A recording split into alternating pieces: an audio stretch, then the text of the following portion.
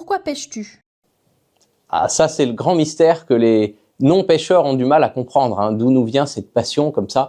Et nous-mêmes, c'est difficile à dire. Moi, je sais que c'est quelque chose que je ressens avant tout, un besoin comme ça d'aller au contact du milieu naturel, d'interagir avec ce monde caché des poissons. Mais si je devais donner une vraie raison, c'est pas facile. Probablement parce que, premièrement, c'est un monde sauvage et invisible, donc où il y a plein de rêves possibles et plein d'explorations possibles, et c'est vraiment cet aspect naturaliste de découverte des espèces qui m'intéresse.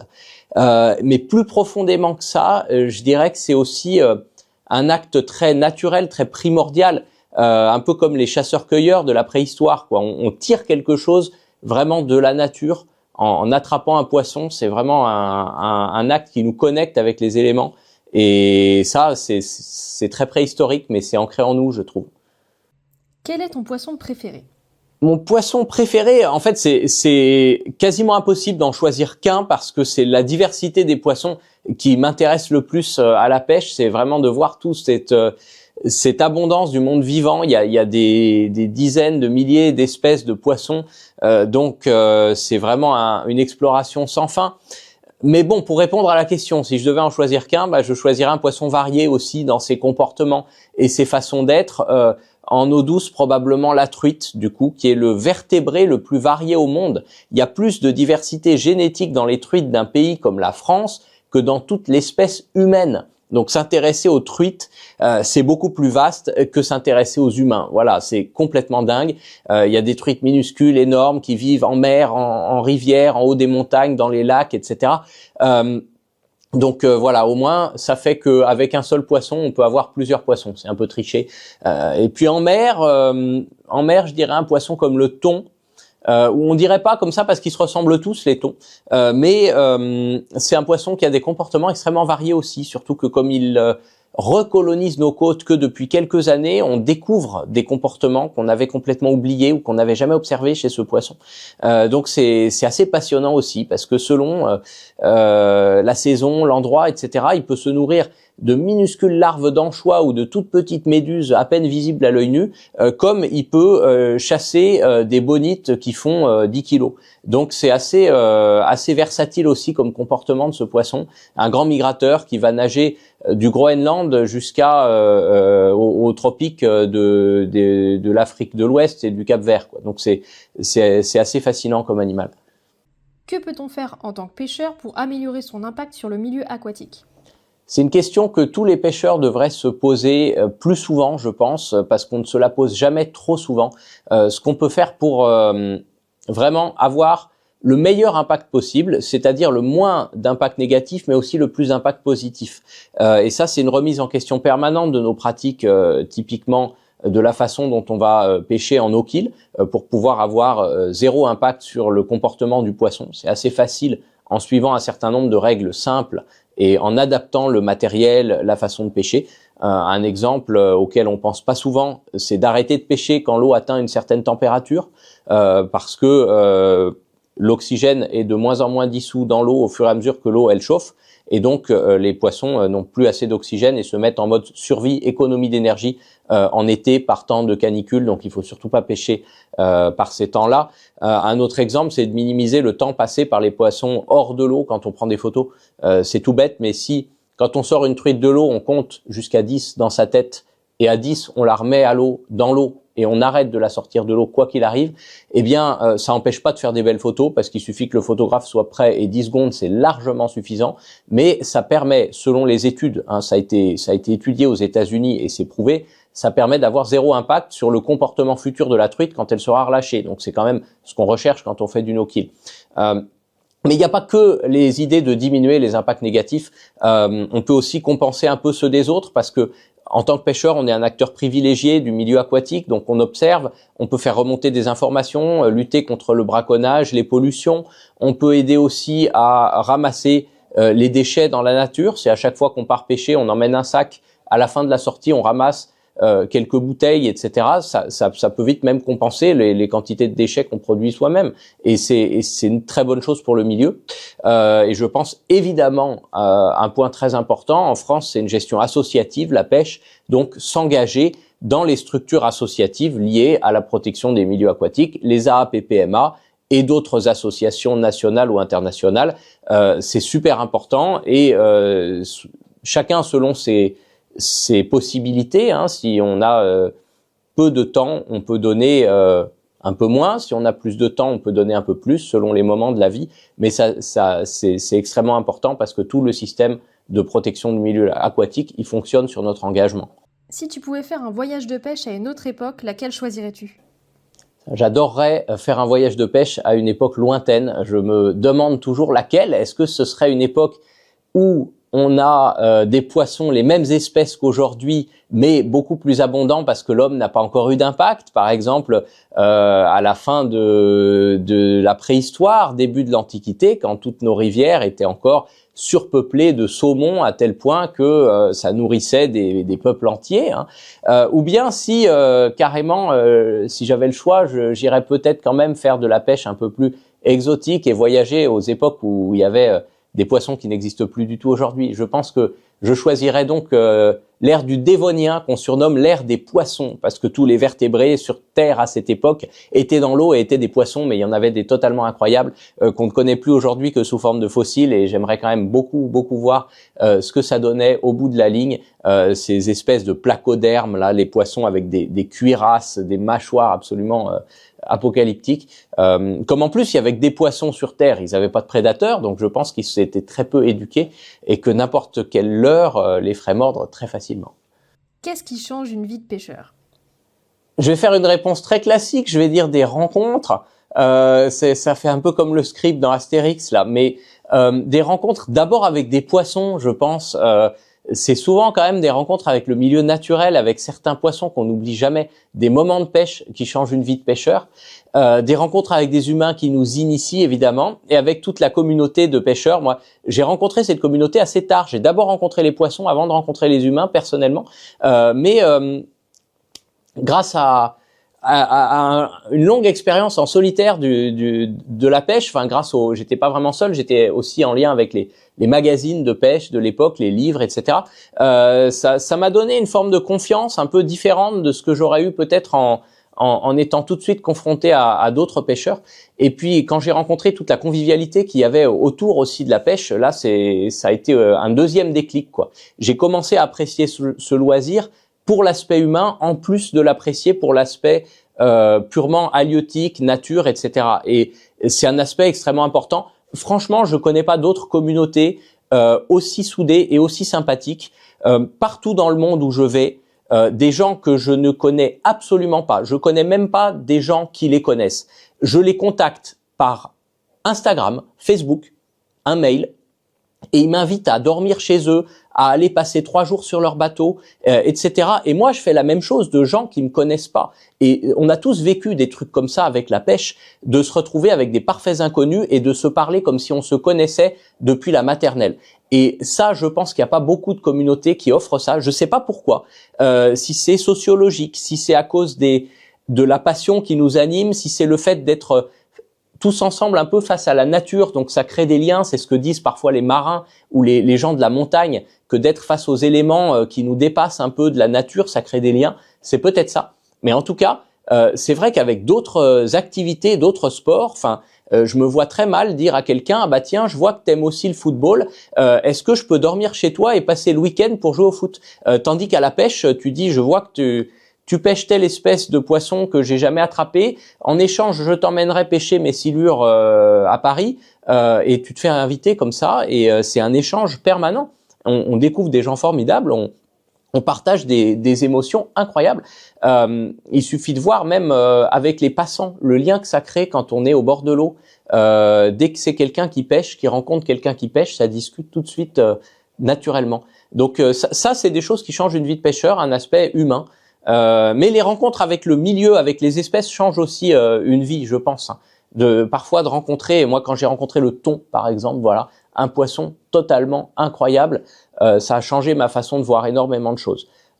C'est un animal tellement fabuleux que on en rêve la nuit, quoi. Et ça change vraiment notre façon d'être. Qu'est-ce qu'on apprend de la pêche à l'étranger et qu'on a comme point fort en France? C'est autre chose qui change une vie de pêcheur, c'est de voir des perspectives différentes. Et comme la communauté de la pêche, elle dépasse la barrière des langues, des cultures, etc., on peut comprendre des points de vue d'autres personnes, en particulier à l'étranger. Quand on pêche à l'étranger ou que des pêcheurs étrangers viennent chez nous, on découvre des points de vue différents. Alors il y a du bon et du mauvais selon les pays, selon les approches. On voit par exemple des très mauvais exemples, c'est la Suisse ou l'Allemagne, où le no-kill a été interdit, où la pêche là-bas, on dirait la pêche ici il y a 50 ans. C'est des gros viandards, des beaufs, il faut dire les choses, parce que tous les pêcheurs qui pêchaient pour le sport, pour l'amour de la nature, même pour une consommation raisonnée du poisson, je n'ai absolument rien contre le fait de garder ses prises, mais tous les gens un peu évolués ont déserté ce loisir à cause des brimades qu'ils subissent dans ces pays. Il y a vraiment une véritable cabale contre les pêcheurs, des gouvernements là-bas, de l'opinion publique. C'est vous dire à tel point les magazines de pêche sont cachés avec les magazines pornographiques et on est obligé dans les magazines de pêche là-bas d'exhiber des poissons morts parce que si vous montrez un poisson que vous avez relâché, vous êtes dans l'illégalité. Donc ces pays-là, c'est des très gros contre-exemples et ça nous fait voir un peu des avantages de ce qu'on a en France. Avantage aussi de ce qu'on a en France, la liberté de la pêche en mer par exemple où il n'y a pas de permis, la liberté de la pêche en eau douce où il n'y a pas d'examen pratique pour pouvoir la pratiquer. Ben ça permet aux jeunes d'y accéder très facilement et ensuite c'est ça qui crée de futurs passionnés. C'est vraiment une liberté d'usage de la nature. On a un bon exemple aussi de ça en Suède où vous pouvez carrément dormir n'importe où, même dans les terrains privés, tant que vous n'êtes pas dans le jardin des gens, c'est-à-dire à une distance visible des fenêtres des habitants, eh bien vous pouvez dormir n'importe où, camper dans toute la nature. Et c'est vu là-bas comme un droit fondamental. Ça, c'est un exemple encore mieux que chez nous de la liberté d'accès à la nature. En France, on a encore malheureusement beaucoup trop de zones privées, d'où le mouvement gangsta fishing d'ailleurs qui cherche à se réapproprier ces terrains et que je soutiens totalement, j'assume, parce que on a privatisé beaucoup trop de terrains naturels dans notre pays. Ça, c'est un bon exemple. Un super exemple de gestion de la pêche aussi. C'est paradoxal parce que c'est pas des écolos. En ce moment, c'est pas vraiment un très bel exemple de politique et de gestion du monde, mais c'est les États-Unis. Les États-Unis, mais aussi le Canada, l'Australie, la Nouvelle-Zélande, les pays anglo-saxons comme ça, qui ont une gestion de leurs ressources halieutiques vraiment excellente et une gestion du loisir pêche très très belle aussi. De l'image du loisir dans la société, c'est un loisir qui est beaucoup plus féminisé qu'en France, qui est beaucoup plus diversifié au niveau social et qui est beaucoup mieux vu. C'est-à-dire qu'en France, vous dites je peux pas ce week-end aller à ton dîner, j'ai sorti pêche, vous vous faites voir quand même comme quelqu'un de bizarre et socialement comme quelqu'un d'un peu beauf ou d'un peu c'est un peu Jeff Tuch qui va à la pêche en France. Tandis que aux États-Unis, c'est le président qui va à la pêche, probablement pas l'actuel, mais d'autres avant y allaient beaucoup. C'est toute la société en fait, et c'est quelque chose qui est vu comme un loisir très bien considéré, qui est très pratiqué par les Américains. Et surtout qui est pratiqué avec énormément de respect des règles qui sont censées et qui sont établies par les scientifiques. D'où le respect. Pas comme typiquement on disait l'Allemagne ou la Suisse où là les règles sont délirantes et établies par de l'administration et des animalistes et ce qui fait que les bons pêcheurs sont dans l'obligation même de désobéir pour sauver la ressource. Ils relâchent le poisson pour justement préserver le milieu, quoi. En Suisse, on n'a pas le droit de relâcher le poisson, on a le droit de le vendre. C'est vous dire le délire. Aux États-Unis, non, c'est des scientifiques. Il y a des quotas, des mailles, des fenêtres de capture pour quasiment toutes les espèces qui en ont besoin. Le quota de thon rouge, par exemple, il y a plusieurs classes d'âge. Comme ça, si certaines années, il y a plus ou moins de poissons, on a le droit de prélever plutôt les petits, plutôt les gros. Et surtout, la pêche, l'impact économique de la pêche récréative est reconnu à sa juste valeur. C'est-à-dire, on a tendance à l'oublier, mais un poisson qui est pris par un amateur, par quelqu'un qui pêche pour le plaisir, entre guillemets, il rapporte beaucoup plus à la société et à l'économie qu'un poisson qui est pris par un professionnel. En frais, en argent direct que ça rapporte, déjà, parce que l'amateur, il va payer du matériel, on le sait tous, hein. Il va payer des guidages, il va payer des voyages, il va payer des déplacements, toutes sortes de produits qui sont taxés, de l'essence, de la nourriture, des appâts, etc. Et puis, en bénéfice indirect également, parce que cet amateur, il va s'engager dans la préservation des milieux aquatiques. En France, c'est quand même grâce à des bénévoles pêcheurs que toute la préservation du milieu aquatique est réalisée, donc c'est quand même pas rien. Ça, aux États-Unis, c'est très bien compris. Dans d'autres pays aussi, et donc la priorité est donnée aux pêcheurs récréatifs plutôt qu'aux professionnels. Typiquement, le quota de thon rouge, il est principalement réservé là-bas aux pêcheurs à la canne, récréatifs et artisanaux à la canne. Alors qu'en France, plus de 85% de ce quota va à quelques pêcheurs industriels qui pêchent 15 jours par an sur les zones de reproduction. C'est tout exporté au Japon et ça fait vivre en gros 3 familles. Donc c'est vous dire la différence de point de vue. Le thon, c'est qu'un exemple, mais il y a plein d'autres exemples. Ils ont également établi le Golden Mile. Alors le Golden Mile, c'est quoi? C'est une distance de 1 mile. Donc 1 mile, c'est à peu près 1,5 km, 2 km, hein, le long de la côte, tout le pays, où les filets sont interdits. C'est quand même pas rien. Et ça fait que le long de cette côte, sur 2 km, la pêche, elle est réservée aux pêcheurs récréatifs, éventuellement des pêches artisanales à la ligne s'il faut, et puis éventuellement aussi des zones protégées s'il faut, où il y a des zones protégées vraiment protégées, ce qu'on n'a pas beaucoup en France, et donc surtout le littoral, pas de filet, ce qui fait que les poissons migrateurs comme les saumons, les anguilles déjà sont bien mieux lotis que chez nous, hein. C'est une grosse cause de disparition des migrateurs, les filets chez nous. Et puis, tous les poissons sédentaires aussi, les barres rayées, etc., là-bas, prolifèrent grâce à ça.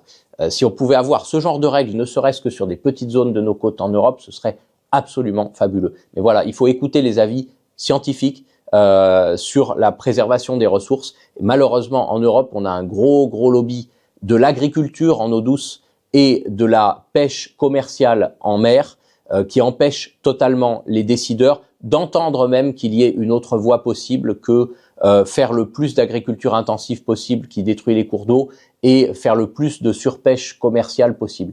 Et ça, c'est vraiment regrettable parce que la pêche récréative, c'est une très belle alternative. Quelles sont tes œuvres halieutiques préférées?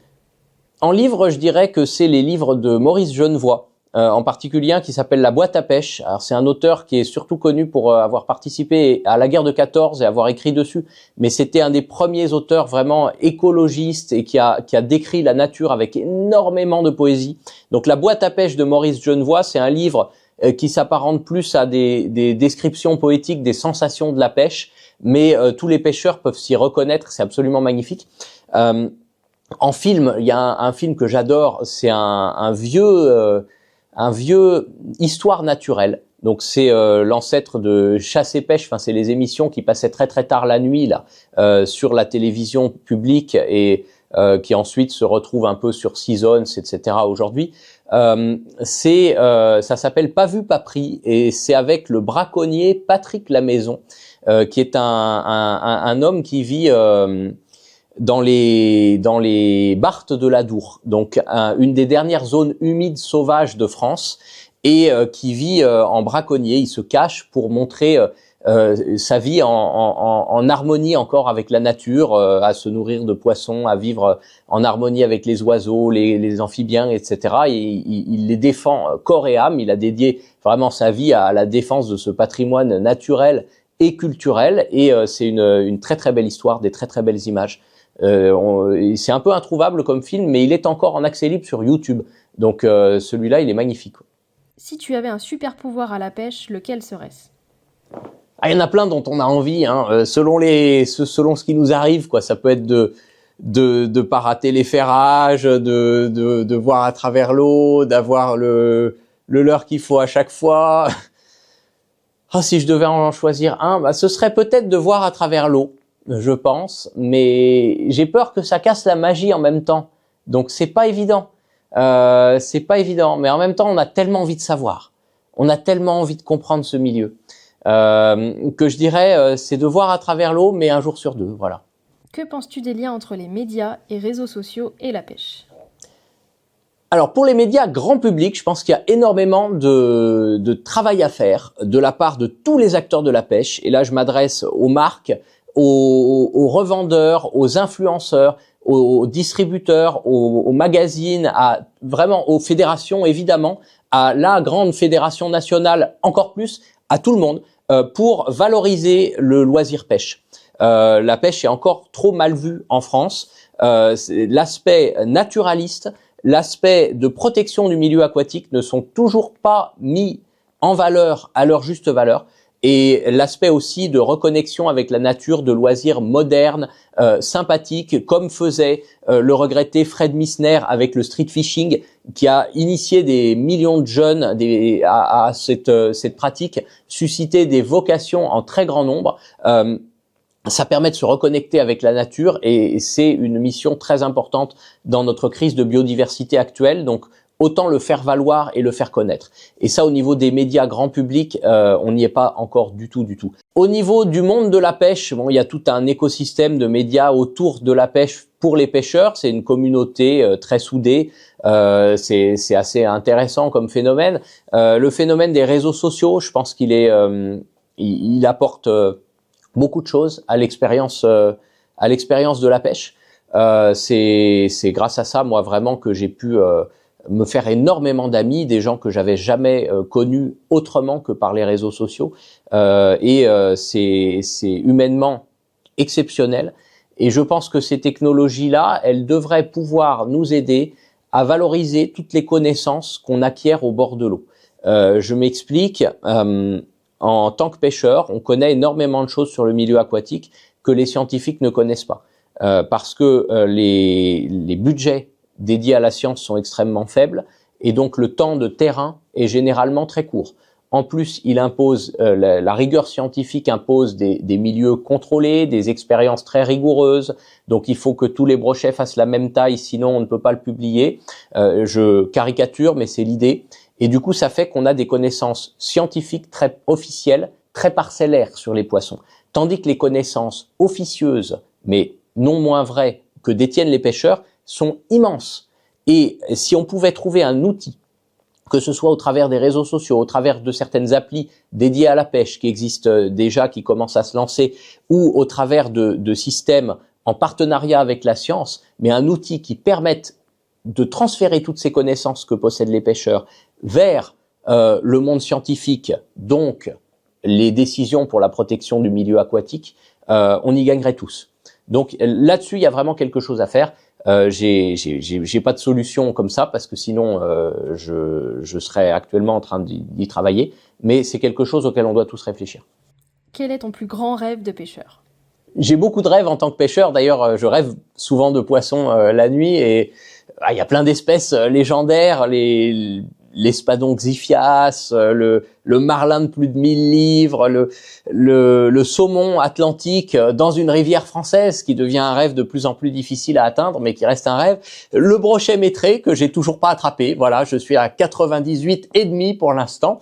Et à chaque fois, je pousse la barre un tout petit peu plus loin, mais toujours pas les 100. Donc ça, c'est des beaux rêves, évidemment, mais mon plus grand rêve en tant que pêcheur, il n'est pas que pour moi et mon album photo de poissons, il est surtout pour les milieux aquatiques. Moi, je rêve d'un monde où les milieux aquatiques iraient mieux, où la biodiversité aquatique, au lieu de se dégrader, et que quand on ouvre les livres des anciens, on voit des rivières qu'on n'a jamais connues et on comprend même pas ce que c'était l'idée d'attraper un esturgeon dans Paris, alors qu'avant c'était un truc commun.